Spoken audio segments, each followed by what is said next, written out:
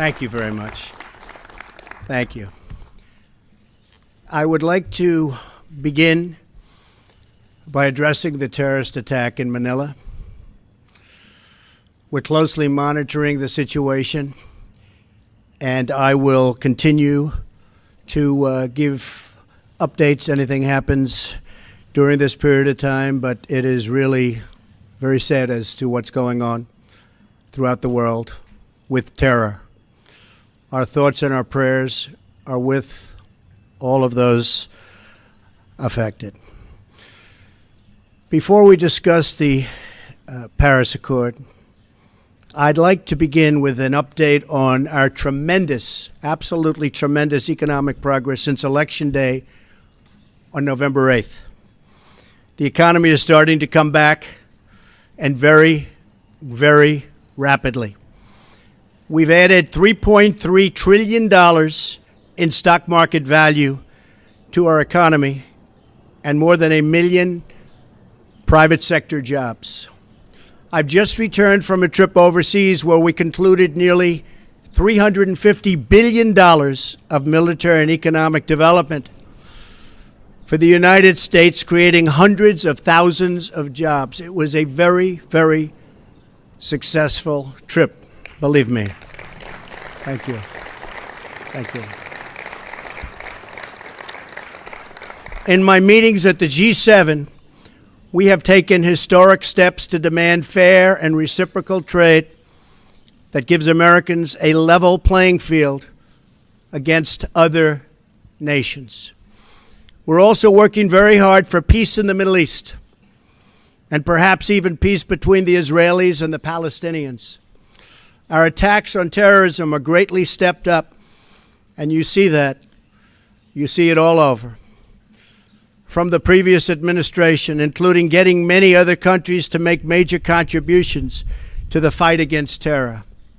Big, big contributions are being made by countries that weren't doing so much in the form of contribution. One by one, we are keeping the promises I made to American people during my campaign for president, whether it's cutting job-killing regulations, appointing and confirming a tremendous Supreme Court justice, putting in place tough new ethics rules, achieving a record reduction in illegal immigration on our southern border, or bringing jobs, plants, and factories back into the United States at numbers which no one until this point thought even possible. And believe me, we've just begun. The fruits of our labor will be seen very shortly, even more so. On these issues and so many more, we're following through on our commitments, and I don't want anything to get in our way. I am fighting every day for the great people of this country. Therefore, in order to fulfill my solemn duty to protect America and its citizens, the United States will withdraw from the Paris Climate Accord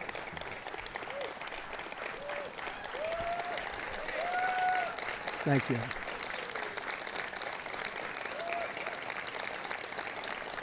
Thank you.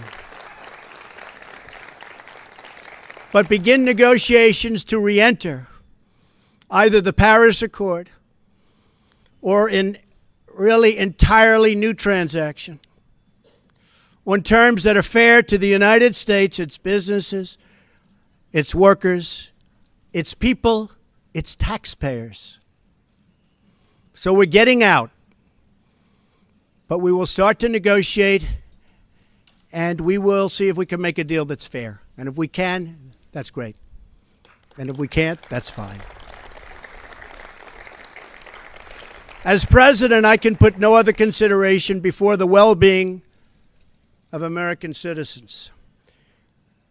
The Paris Climate Accord is simply the latest example of Washington entering into an agreement that disadvantages the United States to the exclusive benefit of other countries, leaving American workers, who I love, and taxpayers to absorb the cost in terms of lost jobs, lower wages, shuttered factories, and vastly diminished economic production. Thus, as of today, the United States will cease all implementation of the non-binding Paris Accord and the draconian financial and economic burdens the agreement imposes on our country. This includes ending the implementation of the nationally determined contribution and, very importantly, the Green Climate Fund, which is costing the United States a vast fortune. Compliance with the terms of the Paris Accord and the onerous energy restrictions that is placed on the United States could cost America as much as 2.7 million lost jobs by 2025, according to the National Economic Research Associates. This includes 440,000 fewer manufacturing jobs, not what we need.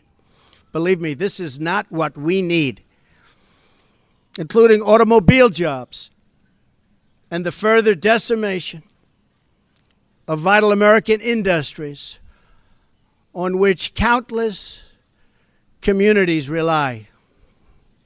They rely for so much, and we would be giving them so little. According to the same study, by 2040, compliance with the commitments put into place by the previous administration would cut production for the following sectors: paper, down 12%. Cement, down 23%. Iron and steel, down 38%. Coal, and I happen to love the coal miners, down 86%. Natural gas down 31%.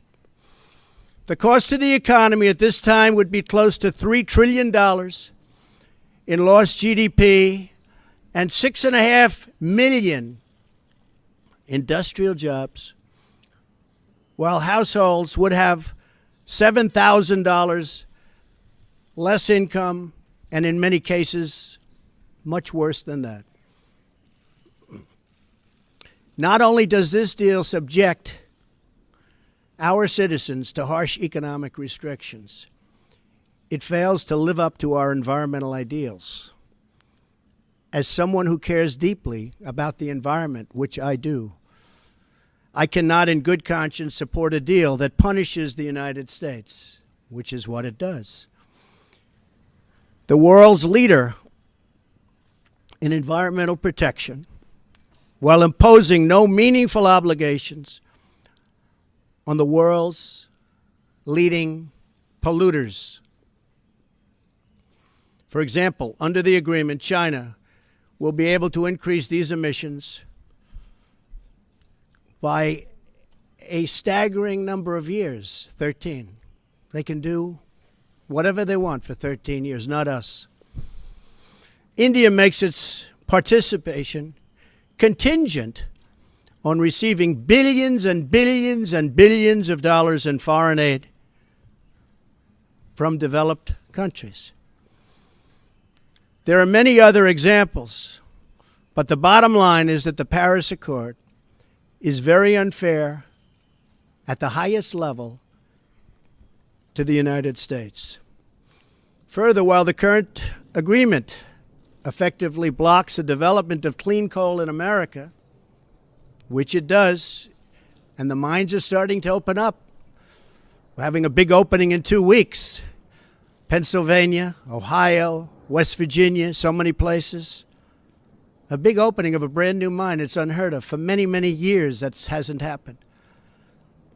They asked me if I'd go. I'm going to try. China will be allowed to build hundreds of additional coal plants.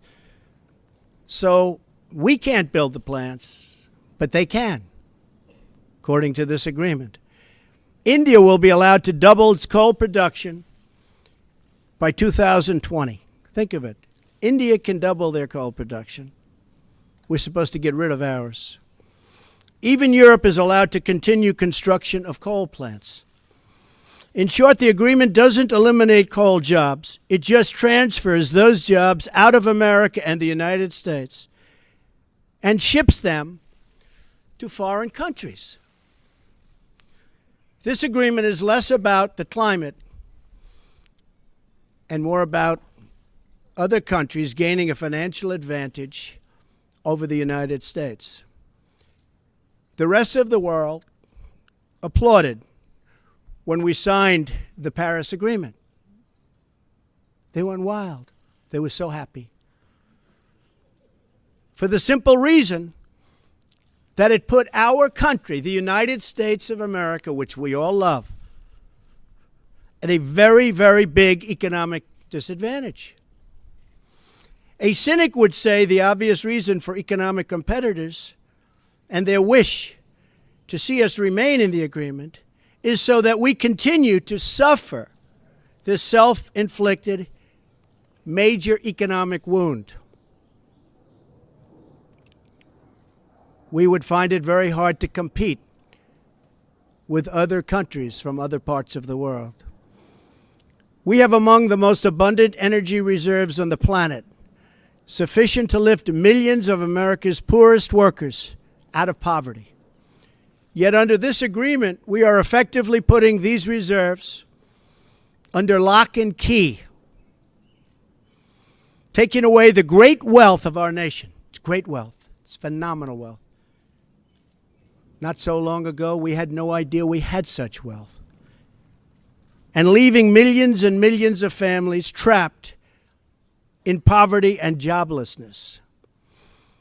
The agreement is a massive redistribution of United States wealth to other countries.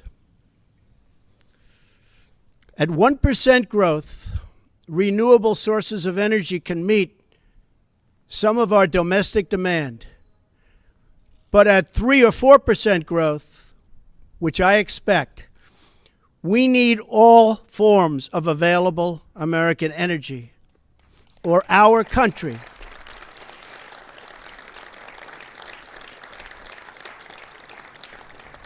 will be at grave risk of brownouts and blackouts. Our businesses will come to a halt in many cases, and the American family will suffer the consequences in the form of lost jobs and a very diminished quality of life.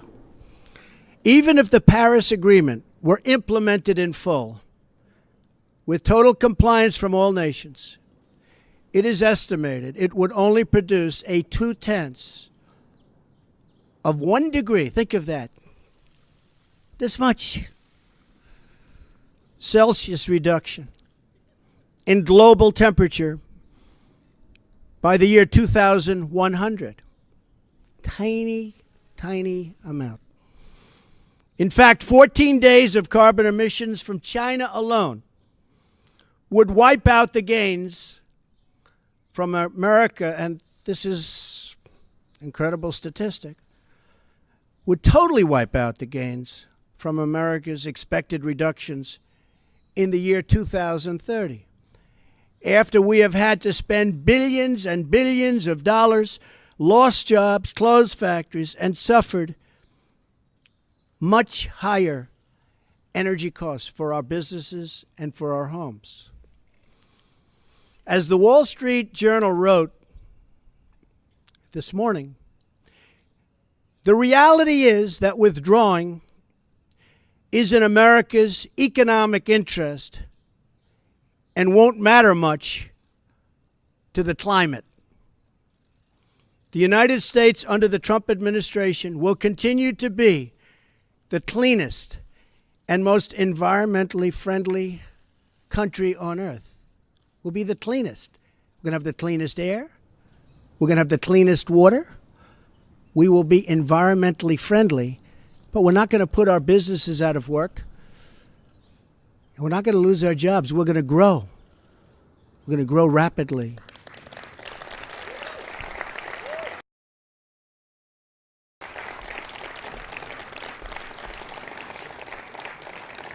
And I think you just read, it just came out minutes ago, the small business report. Small businesses, as of just now, are booming, hiring people. One of the best reports they've seen in many years. I'm willing to immediately work with Democratic leaders to either negotiate our way back into Paris under the terms that are fair to the United States and its workers, or to negotiate a new deal that protects our country and its taxpayers.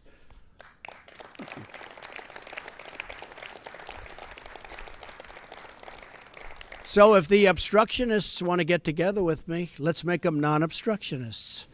We will all sit down and we will get back into the deal and we'll make it good, and we won't be closing up our factories and we won't be losing our jobs, and we'll sit down with the Democrats and all of the people that represent either the Paris Accord or something that we can do that's much better than the Paris Accord. And I think the people of our country will be thrilled, and I think then the people of the world will be thrilled. But until we do that, we're out of the agreement. I will work to ensure that America remains the world's leader on environmental issues, but under a framework that is fair and where the burdens and responsibilities are equally shared among the many nations all around the world. No responsible leader can put the workers and the people of their country at this debilitating and tremendous disadvantage.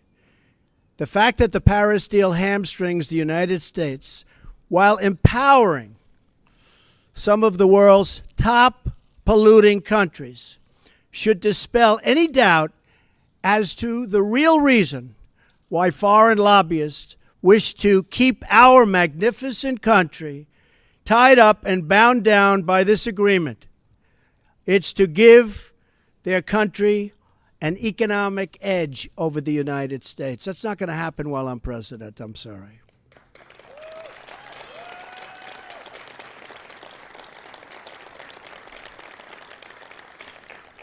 My job as president is to do everything within my power to give America a level playing field and to create the economic, regulatory, and tax structures that make America the most prosperous and productive country on earth, and with the highest standard of living and the highest standard of environmental protection.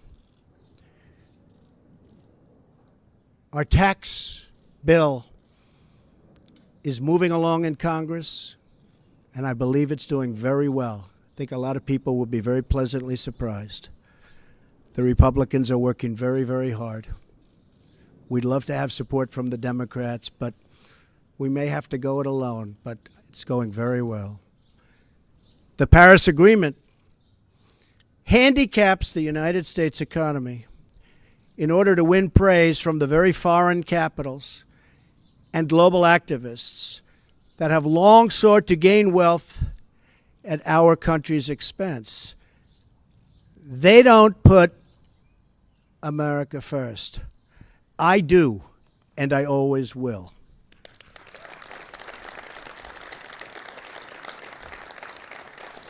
The same nations asking us to stay in the agreement are the countries that have collectively cost America trillions of dollars through tough trade practices, and in many cases lacks contributions to our critical military alliance.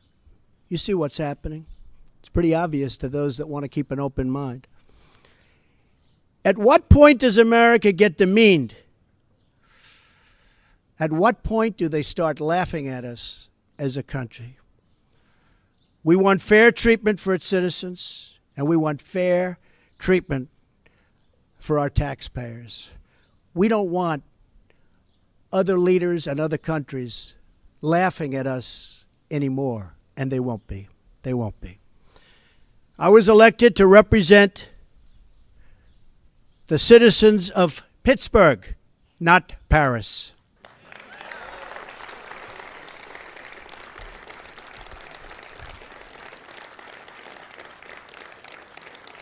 I promised I would exit or renegotiate any deal which fails to serve America's interests. Many trade deals will soon be under renegotiation. Very rarely do we have a deal that works for this country, but they'll soon be under renegotiation. The process has begun from day one, but now we're down to business.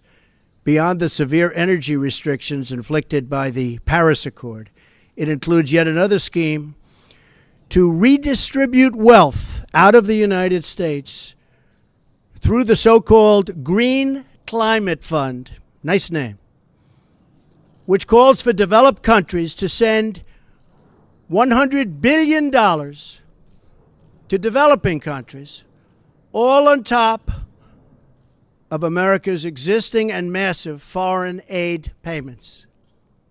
So we're going to be paying billions and billions and billions of dollars, and we're already way ahead of anybody else. Many of the other countries haven't spent anything,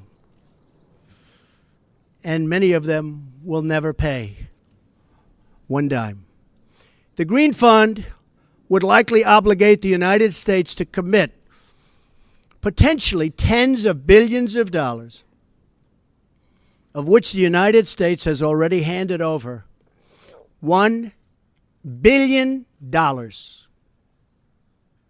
Nobody else is even close. Most of them haven't even paid anything, including funds raided out of America's budget for the war against terrorism.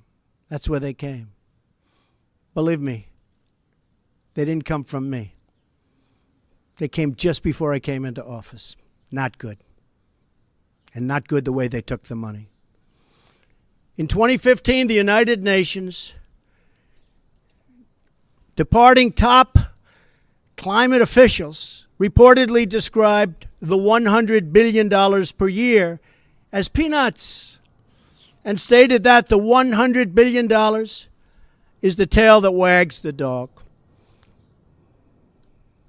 In 2015, the Green Climate Fund's executive director reportedly stated that estimated funding needed would increase to $450 billion per year after 2020, and nobody even knows where the money is going to. Nobody's been able to say, where is it going to? Of course, the world's top polluters have no affirmative obligations under the Green Fund, which we terminate. America is $20 trillion in debt. Cash-strapped cities cannot hire enough police officers or fix vital infrastructure. Millions of our citizens are out of work, and yet, under the Paris Accord, billions of dollars that ought to be invested right here in America will be sent to the very countries that have taken our factories and our jobs away from us. So think of that. There are serious legal and constitutional issues as well. Foreign leaders in Europe, Asia, and across the world should not have more to say with respect to the U.S. economy than our own citizens and their elected representatives. Thus, our withdrawal from the agreement represents a reassertion of America's sovereignty.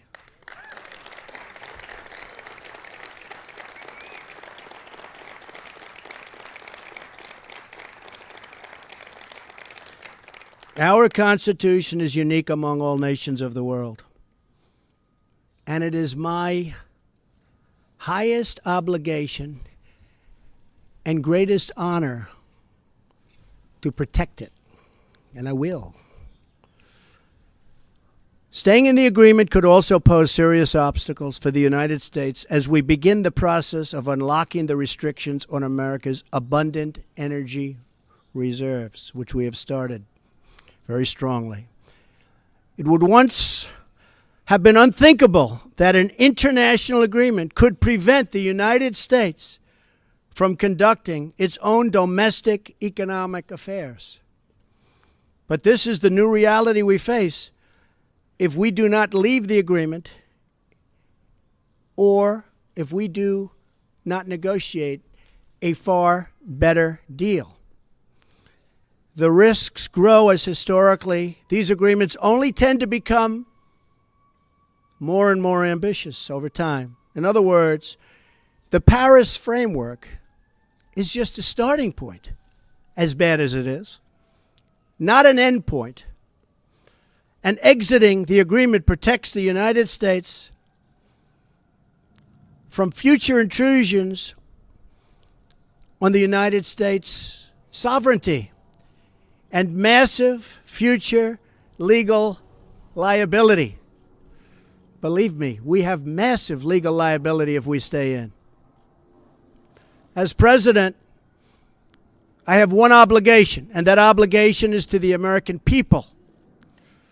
The Paris Accord would undermine our economy, hamstring our workers, weaken our sovereignty, impose unacceptable legal risk, and put us at a permanent disadvantage to the other countries of the world. It is time to exit the Paris Accord.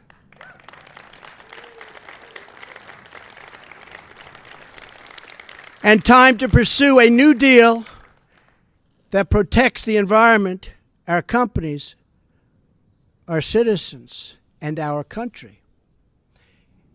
It is time to put Youngstown, Ohio, Detroit, Michigan, and Pittsburgh, Pennsylvania, along with many, many other locations within our great country, before Paris, France. It is time to make America great again. Thank you. Thank you. Thank you very much.